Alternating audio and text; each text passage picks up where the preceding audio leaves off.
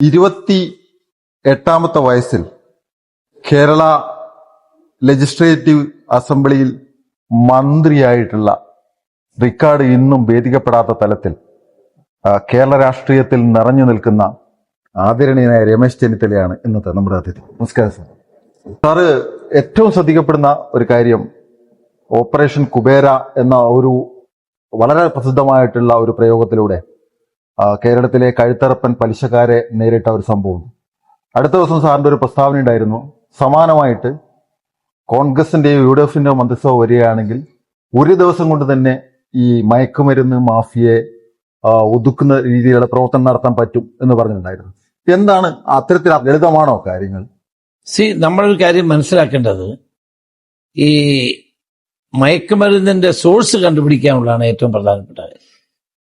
ഇന്ന് കരയിലൂടെയും ആകാശത്തിലൂടെയും വെള്ളത്തിലൂടെയും ഒക്കെ ലഹരി പദാർത്ഥങ്ങൾ കേരളത്തിലേക്ക് വരുന്നു. അത് തടയാൻ നമുക്ക് സാധിക്കണം. ഇത് കൊണ്ടുവരുന്ന ആളുകളെ നിയമത്തിന് മുമ്പിൽ കൊണ്ടുവരണം. ദൗർഭാഗ്യവശാൽ അതിനുള്ള നടപടികൾ ഇന്ന് കേരളത്തിൽ ഉണ്ടാകുന്നില്ല എന്നുള്ളതാണ് സത്യം. സെമിനാറുകളും അതോടൊപ്പം തന്നെ മനുഷ്യച്ചങ്ങലയൊക്കെ നമുക്ക് ഇതിനു വേണ്ടി പിടിക്കാം. ബോധവൽക്കരണം ആവശ്യമാണ്, ഞാനതിനെതിരല്ല. പക്ഷെ ബോധവൽക്കരണം കൊണ്ട് മാത്രം നടക്കില്ല. ഈ മാഫിയകളെ അടിച്ചമർത്താൻ ഗവൺമെന്റിനും പോലീസിനും കഴിയുമ്പോഴാണ് ഇത്തരം സംഭവങ്ങൾ വീണ്ടും ആവർത്തിക്കാതിരിക്കുന്നത്. അതാണ് ഞാൻ സൂചിപ്പിച്ചത്. 9 വർഷം കേരളത്തിന് മുഖ്യമന്ത്രിയായിരിക്കുന്ന പിണറായി വിജയന് ഇപ്പോൾ അസംബ്ലി കൂടുന്ന സമയത്ത് നമുക്ക് എല്ലാവർക്കും കൂടി ചേർന്ന് പ്രമേയം പാസ്സാക്കാം എന്നുള്ള സാരോപദേശമാണോ ജനങ്ങൾ ആഗ്രഹിക്കുന്നത്? ഒരു ഭരണാധികാരിയിൽ നിന്ന് ജനങ്ങൾ ആഗ്രഹിക്കുന്നത് നിയമം ഉപയോഗിച്ചുകൊണ്ടുള്ള ഇത്തരം തെറ്റായ പ്രവണതകളെ അടിച്ചമർത്തുക എന്നുള്ളതാണ്. അത് നമ്മൾ അടിച്ചമർത്തുന്നില്ല. അത് അടിച്ചമർത്താൻ മുന്നോട്ട് വരട്ടെ. 24 മണിക്കൂർ കൊണ്ട് കേരളത്തിലെ ഗുണ്ടകളെ അകത്താക്കാൻ കഴിയും. ഈ ലഹരി മാഫിയയെ നമുക്ക് തകർക്കാൻ കഴിയും. ഞങ്ങൾ തന്നെ പുറത്തിറങ്ങിക്കൊണ്ട് ഇത്തരത്തിലുള്ള ആളുകളെ അടിച്ചമർത്തുകയോ പിടിക്കുകയോ ഒക്കെ ചെയ്യുന്ന തലങ്ങൾ, പോലീസിനെ ഏൽപ്പിക്കുന്ന തലങ്ങൾ സംഭവിച്ചുകൊണ്ടിരിക്കുകയാണ്. അത്രമാത്രം ജനങ്ങൾ ഇതിൽ നിന്ന് ഭയങ്കരമായ ദുരിതം അനുഭവിക്കുന്ന തലത്തിലേക്കാണ് കേരളത്തിലെ മയക്കുമരുന്ന് മാഫിയ വളർന്നിട്ടുള്ളത് എന്നല്ലേ മനസ്സിലായി? തീർച്ചയായിട്ടും ജനങ്ങൾ മുന്നോട്ട് വരുന്നതിന്റെ കാരണം തന്നെ ഈ മാഫിയയുടെ ശല്യം സഹിക്കാൻ വയ്യാതായിട്ടുണ്ട്. അപ്പോൾ ആ മാഫിയകളെ തകർക്കണമെങ്കിൽ ഒറ്റക്കെട്ടായി നമ്മളെല്ലാവരും ഒരുമിച്ച് നിൽക്കണം. അവിടെ പോലീസാണ്, ഗവൺമെന്റാണ് പ്രവർത്തിക്കേണ്ടത്, എക്സൈസ് ആണ് പ്രവർത്തിക്കേണ്ടത്. ദൗർഭാഗ്യവശാൽ കഴിഞ്ഞ 9 വർഷക്കാലം കേരളം ഭരിച്ചിട്ടും അതിന് കഴിയാത്ത ഒരു ഗവൺമെന്റ് ജനങ്ങളുടെ മുമ്പിൽ അപകാശരായിക്കൊണ്ടിരിക്കുകയല്ലേ. കൂട്ടക്കൊലപാതകങ്ങൾ നടക്കുന്നു. എന്തുകൊണ്ട് ഇത് തടയുന്നില്ല? ഒരു ചെറുപ്പക്കാരൻ ചുറ്റിക കൊണ്ട് 5 പേരെ അടിച്ചു കൊല്ലുന്നു. എന്താണ് ഇത് നാട്ടിൽ നടക്കുന്നത്? തീർച്ചയായും. അപ്പൊ ഈ കൊലപാതകങ്ങളെയും അക്രമങ്ങളെയും നേരിടാൻ എന്തുകൊണ്ട് പോലീസിന് കഴിയുന്നില്ല? എന്തുകൊണ്ട് ഭയമുണ്ടാകുന്നില്ല? അതാണ് ഏറ്റവും പ്രധാനപ്പെട്ട കാര്യം. നമുക്കിന്ന് വേണ്ടത് നിയമം അനുസരിക്കുന്ന തരത്തിൽ പൗരന്മാരെ പ്രവർത്തിക്കാൻ ഉള്ള പ്രോത്സാഹനം കൊടുക്കുക, നിയമത്തിൽ നിന്നുകൊണ്ട് ജീവിക്കാൻ പഠിപ്പിക്കുക. അതാണ് ആവശ്യം. ഇന്നിവിടെ ലഹരി മാഫിയയുടെ സ്വാധീനത്തിലാണ് ഇത്തരം അക്രമങ്ങളും കൊലപാതകങ്ങളും ഉണ്ടാകുന്നത്. അവിടെ പോലീസിന് വലിയ തെറ്റ് പറ്റുന്നുണ്ട്, ഭരണകൂടത്തിന് തെറ്റ് പറ്റുന്നുണ്ട്. ഭരണകൂടം ആ തെറ്റുകളെ നിയന്ത്രിക്കാൻ കഴിയാത്ത അവസ്ഥ വന്നു ചേരുമ്പോഴാണ് ഭരണകൂടം തെറ്റ് ചെയ്തു എന്ന് ഞാൻ പറയുന്നത്. സർ, ഈ ഇത്തരത്തിലുള്ള മദ്യമാഫിയ പോലെ തന്നെ ഈ മയക്കുമരുന്ന് മാഫിയ, ഇതിന് പിറകിലുള്ള കണ്ണികൾ എത്രത്തോളം വലുതായിട്ടാണ്? വലിയ ശക്തിയുള്ളവരാണ്. ദേശീയ അന്തർദേശീയ തലങ്ങളിൽ പ്രവർത്തിക്കുന്നവരാണ് കൂടുതലും. അവരെ നിലയ്ക്ക് നമ്മുടെ 4 അതിർത്തികളിലേക്ക് കടത്തില്ല എന്ന നിശ്ചയദാർഢ്യം ഗവൺമെന്റിനുണ്ടെങ്കിൽ ഇവിടെ വരില്ല. നമ്മുടെ പുതിയ തലമുറ മുഴുവൻ പുകഞ്ഞു ചാവുകയാണ്. നമ്മുടെ ഈ തലമുറ ഇങ്ങനെ നശിക്കേണ്ടവരല്ല. അതുകൊണ്ട് അവരെ സംരക്ഷിക്കേണ്ട ബാധ്യത നമുക്കുണ്ട്. അതിനുവേണ്ടി ഒറ്റക്കെട്ടായി ഇറങ്ങണം. സാർ, അതോടൊപ്പം തന്നെ ഈ കുട്ടികളുടെ ഇടയിലേക്ക് ഇതിന്റെ മാർക്കറ്റിംഗ് ഉണ്ടല്ലോ, അത്തരത്തിൽ അതിന്റെ നെറ്റ്വർക്കിന്റെ ഒക്കെ വലിപ്പം എത്രത്തോളമാണ് സാർ? വളരെ വലുതാണ്. ഞാൻ ആഭ്യന്തരമന്ത്രിയായിരുന്ന കാലഘട്ടത്തിലാണ് ക്ലീൻ ക്യാമ്പസ്, സേഫ് ക്യാമ്പസ് എന്ന പരിപാടി സംഘടിപ്പിച്ചത്. പ്രശസ്ത സിനിമാ നടൻ മമ്മൂട്ടിയായിരുന്നു എന്റെ ബ്രാൻഡ് അംബാസഡർ. ഞങ്ങൾ കലാലയങ്ങളിൽ മുഴുവൻ ഈ കാര്യങ്ങൾ പ്രചരിപ്പിച്ച് കുട്ടികളെ കൊണ്ട് ലഹരി വിരുദ്ധ പ്രതിജ്ഞ എടുപ്പിച്ച് ഒരു വലിയ ജനകീയ മൂവ്മെന്റായി ഇത് മാറ്റി. ക്ഷമിക്കണം, ഞാൻ ചോദിക്കട്ടെ, 9 വർഷം ഒരു ചെറിയ കാലയളവാണോ? നാട് ഭരിച്ചിട്ട് ഈ സാമൂഹ്യ വിരുദ്ധ ശക്തികളെ എന്തുകൊണ്ട് അടിച്ചമർത്താൻ കഴിയുന്നില്ല? എന്തുകൊണ്ട് അവരിതിന് പ്രോത്സാഹനം കൊടുക്കുന്നു? അതാണ് എനിക്ക് ചോദിക്കാനുള്ളത്. മിസ്റ്റർ മുഖ്യമന്ത്രിക്ക് ഈ കാര്യങ്ങൾ മനസ്സിലായിട്ടില്ല എന്നുണ്ട്. മിസ്റ്റർ ചീഫ് മിനിസ്റ്ററിന് ഇത് മനസ്സിലായിട്ടുണ്ട്. പക്ഷെ അദ്ദേഹം എന്തുകൊണ്ട് അടിച്ചമർത്തുന്നില്ല എന്നുള്ളതാണ് എന്റെ ചോദ്യം. ഇതിനകത്ത് വലിയ മാഫിയകൾ ഉണ്ട്. അവർ വലിയ സ്വാധീന ശക്തിയുള്ളവരാണ്. അതുകൊണ്ടാകാമോ ഇവരെ ഒന്നും തൊടാൻ ഗവൺമെന്റ് മടിക്കുന്നു?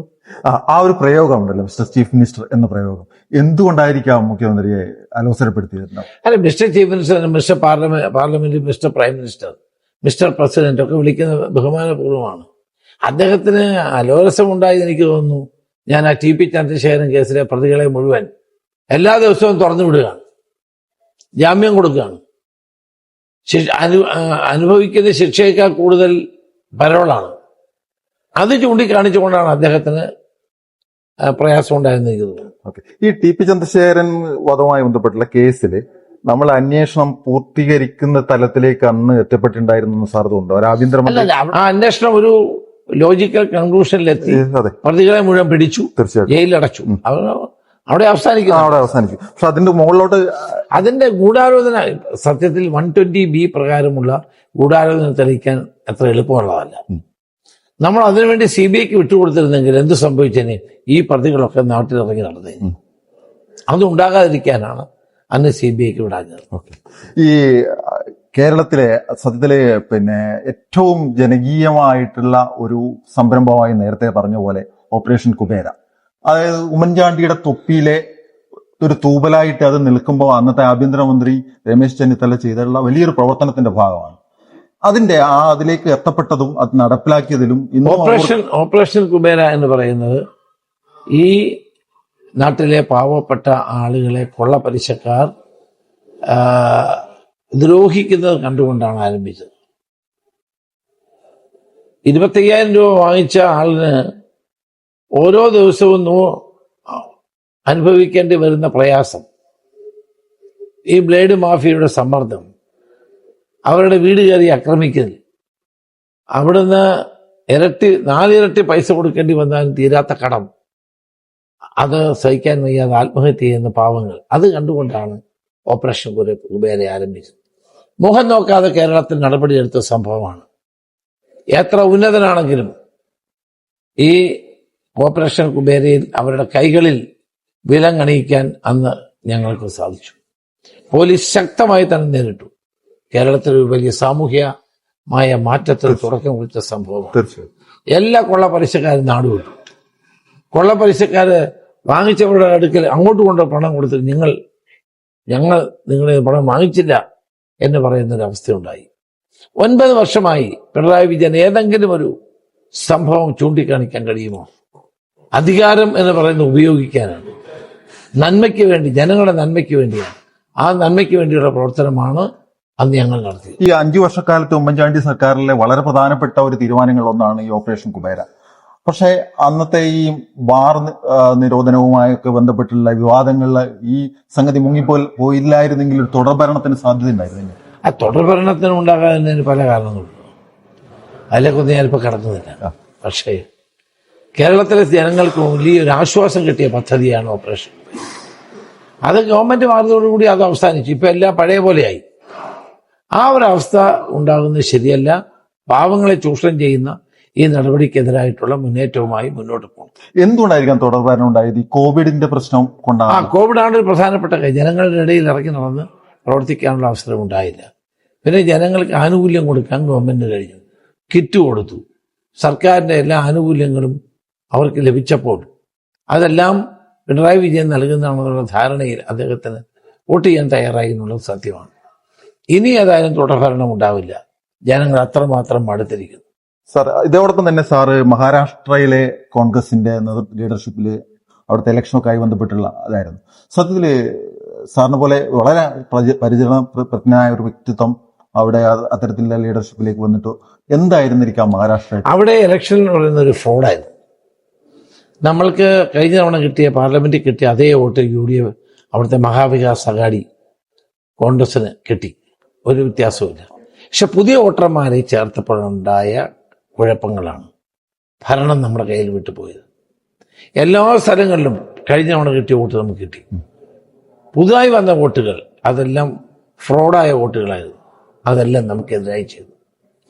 അങ്ങനെ അതോടൊപ്പം തന്നെ വൈകിട്ട് 4 മണി മുതൽ 6 മണി വരെ ക്യൂ നിന്നവരെ വീണ്ടും വോട്ട് ചെയ്യിച്ചു. അതെത്ര ലക്ഷങ്ങളുടെ വോട്ടുകളാണ് ജയിപ്പിച്ചതെന്നാണ് കണക്ക്. 90 ലക്ഷത്തോളം വോട്ടുകളെ ജയിപ്പിച്ചു എന്നാണ് കണക്ക്. എവിടുന്നാന്ന് എനിക്കറിയാം. അപ്പൊ തെരഞ്ഞെടുപ്പ് കമ്മീഷനും ഏകപക്ഷീയമായ പെരുമാറ്റങ്ങളുണ്ടായി.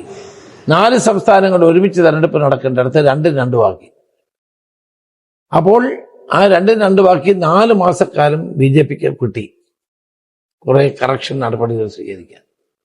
നമുക്കൊരു ലെവൽ പ്ലേയിങ് ഗ്രൗണ്ട് കിട്ടിയില്ല മഹാവികാസങ്ങൾ. എന്നിട്ടും നമ്മൾ പോരാട്ടം നടത്തി. പക്ഷേ പുതുതായി ചേർക്കപ്പെട്ട വോട്ടുകൾ വലിയ സംശയം നമുക്കുണ്ട്. രാഹുൽ ഗാന്ധി തന്നെ പാർലമെന്റിൽ പറഞ്ഞു, ഷിരഡി എന്ന് പറയുന്ന സ്ഥലത്ത് ഒരു ബിൽഡിങ്ങിൽ 7000 വോട്ടർമാരെ ചേർത്ത്. അവർ ആരാന്ന് പോലും ആൾക്കറിയില്ല. ഇങ്ങനെ ഫ്രോഡ് വോട്ടുകൾ ചെയ്തുകൊണ്ടാണ് ഈ തെരഞ്ഞെടുപ്പ് വിജയം അട്ടിമറിച്ചത്. ഏതായാലും അതിനെതിരെയുള്ള ബഹുജന പ്രക്ഷോഭങ്ങളും സമരങ്ങളും നടത്തിക്കൊണ്ടിരിക്കുകയാണ്. ഓക്കെ, ഒരേ ഒരു ചോദ്യം സാർ. കേരളത്തിന്റെ 9 വർഷം കഴിഞ്ഞു, നിയമസഭാ ഇലക്ഷൻ വരികയാണ്. തീർച്ചയായിട്ടും ഞങ്ങൾ പ്രതീക്ഷിക്കുന്ന ഒരു തലമുണ്ട്. അത് കേരളത്തിലെ വളരെ സീനിയർ ആയിട്ടുള്ള ലീഡർഷിപ്പാണ്. എത്രയോ വർഷങ്ങളുടെ പ്രവർത്തന പാരമ്പര്യമുണ്ട്. അപ്പോൾ കേരളത്തിന്റെ ഭാവി മുഖ്യമന്ത്രി എന്നുള്ള പ്രയോഗം തന്നെ മാധ്യമങ്ങൾ കൊണ്ടാടുകയാണ് ചെയ്യുന്നത്. ഒരു മുഖ്യമന്ത്രിയായി വരികയാണെങ്കിൽ താങ്കളുടെ മനസ്സിലുണ്ടാവുന്ന കേരളം എങ്ങനെയാണ്? അല്ല, അതെല്ലാം പാർട്ടിയാണ് തീരുമാനം. അല്ല എങ്കിൽ പോലും അടുത്തൊരു UDF ഗവൺമെന്റ് വന്നാൽ അത് പ്രവാസികൾക്കും കൂടുതൽ പ്രയോജനം ചെയ്യണമെന്നാണ് ഞങ്ങളുടെ ആഗ്രഹം. ഇന്ന് പ്രവാസികൾ നേരിടുന്ന ധാരാളം പ്രശ്നങ്ങളുണ്ട്. യാത്രാ വിമാനം, അതോടൊപ്പം തന്നെ നോർക്കയുടെ പ്രവർത്തനം, അവരുടെ ഡെഡ് ബോഡി കിട്ടാത്തത്, ഇതൊക്കെ യഥാർത്ഥത്തിൽ അവരുടെ പ്രശ്നങ്ങളാണ്. അതെല്ലാം പരിഹരിക്കാൻ നമ്മുടെ ഗവൺമെന്റ് മുൻകൈ എടുക്കും എന്നാണ് എൻ്റെ വിശ്വാസം. ഇന്ത്യ മൊത്തം ബിസിനസ് ഫ്രണ്ട്ലി ആയിട്ടുള്ള സംസ്ഥാനങ്ങളായി മാറിക്കൊണ്ടിരിക്കുമ്പോൾ എന്തുകൊണ്ടാണ് കേരളത്തിൽ പുതിയ വ്യവസായങ്ങൾ വരാത്തത് സാർ? പുതിയൊരു വ്യവസായം വരാൻ പോകുന്നില്ല. ഇതൊക്കെ വെറുതെ മലർപ്പൊടിക്കാനുള്ള സ്വപ്നമാണ്. ഇവരുടെ കാഴ്ചപ്പാടിൽ മാറ്റമുണ്ടാകും. നാട്ടിൽ ആരെങ്കിലും ഇൻവെസ്റ്റ് ചെയ്താൽ അവന് കാര്യങ്ങൾ പെട്ടെന്ന് നടക്കണം. ഇതൊന്നും നടക്കില്ല. ഇൻവെസ്റ്റ് ചെയ്യാൻ വരുന്നവൻ എങ്ങനെങ്കിലും ഓടിപ്പോകണമെന്ന് ആഗ്രഹിക്കുന്ന സ്ഥിതിയുണ്ട്. അത് മാറാതെ കേരളം വ്യാവസായികമായി പുരോഗതി പ്രാപിക്കില്ല. കോൺഗ്രസിനകത്തുള്ള ഗ്രൂപ്പ് വഴക്കും കാര്യങ്ങളൊക്കെ എത്തരത്തിലാണ് ഇപ്പോഴത്തെ വരാൻ പോകുന്ന? ഞാൻ അവസാനത്തെ ഉത്തരം പറയാം. ഒരു കാരണവശാലും കേന്ദ്രത്തിലെ കോൺഗ്രസ് ഗ്രൂപ്പിസമില്ല. രാഹുൽ ഗാന്ധിയും അതോടൊപ്പം മല്ലികാർജ്ജുന ഖാർഗെയും വിളിച്ച യോഗത്തിൽ വെച്ച് എല്ലാവരും കാര്യങ്ങൾ തുറന്ന് സംസാരിച്ചു. ഒറ്റക്കെട്ടായി മുന്നോട്ട് പോകും. കേരളത്തിൽ UDF ഭരണമുണ്ടാകും.